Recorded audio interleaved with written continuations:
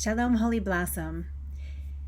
According to Rabbinic tradition, every Jewish soul from across all time and space was present at the foot of Mount Sinai.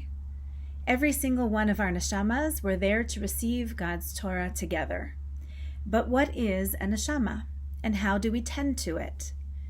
Every morning, our prayer book guides a trio of prayers, thanking God for body, mind, and spirit, for keeping them intact as we slept, and for restoring them to us for another day. How many hours in any given week do we invest in caring for our bodies, feeding them, grooming them? How many experts do we call on to help us in this mitzvah of caring for our bodies? Doctors, pharmacists, barbers, massage therapists.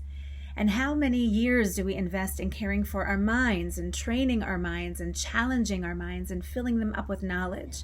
How many experts do we call on to help us with this mitzvah of engaging our minds, like teachers, parents when we were young, professors and books when we were older, and hopefully we commit ourselves to lifelong learning one way or another.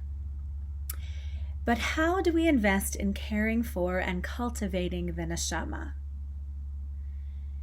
How do we invest in caring for and cultivating the neshamot of our children and our grandchildren? Do we make private and communal prayer a regular practice? Do we make Jewish ritual a sacred pattern in our lives? Do we seek out spiritual role models and experts? Do we work to emulate them? Do we tend to our personal relationship with God?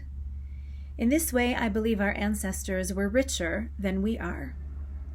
They were much more experienced in cultivating an inner spiritual life than we are today. They were more confident in their spiritual expressions than we are today.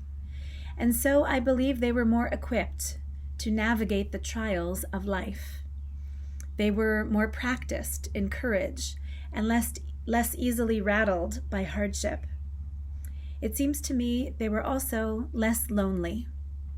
There is a kind of existential loneliness that I see haunting many people today, young and old. With a rich inner life, one is never alone. One is aware that they are always in the presence of God.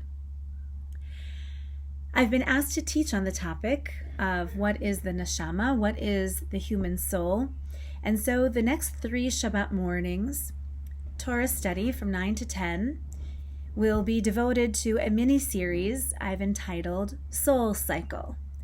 Just as the body needs to move in order to be strong, so does the neshama need to be moved. We'll explore these themes through sacred study and by sharing some of our own experiences. All are welcome to join me in the full series or in part as you can, either in person here at Holy Blossom in the Max Ankin boardroom or online.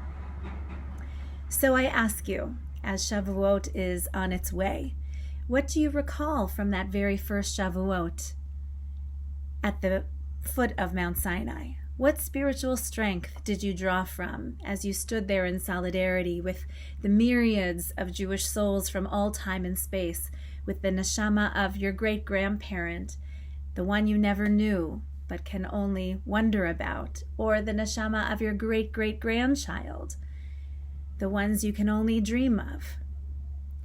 How did you receive the weight of the mitzvot on that first Shavuot? Were they heavy or so light that they lifted you up? What commitments did your neshama make that day to the covenant between God and the Jewish people?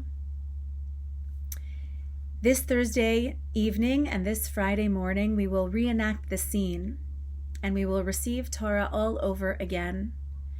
At 7 p.m. on Thursday evening, our confirmation students will lead our Erev Yom Tov service, followed by a cheesecake reception in their honor. At 8:30 p.m., please join me in learning with my new friend, the Reverend Dr. Jason Biasi from the Timothy Eaton Church. Each from our own faith traditions, we will teach the second commandment, which is against idolatry. It will be a very interesting conversation. And our Shavuot morning service, our Yom Tov and Yizkor memorial services, will begin at 10 a.m. on Friday morning, We'll invite all the babies born into the congregation over the last 2 years with their parents and grandparents to come to the bima for a special blessing. And there will be creative programming for our children, and we will rise to our feet to hear the ancient chant of the 10 Commandments and receive them all over again. We will honor our Pirchei Kodesh Society with a special aliyah. Those are all congregants who are celebrating increments of Chai, of 18, 36, 54, and 72 years of belonging to Holy Blossom Temple. We will celebrate them, and our Kiddush lunch will be in their honor. So I hope to see you. I hope to see your neshama there. Chag Sameach, everyone.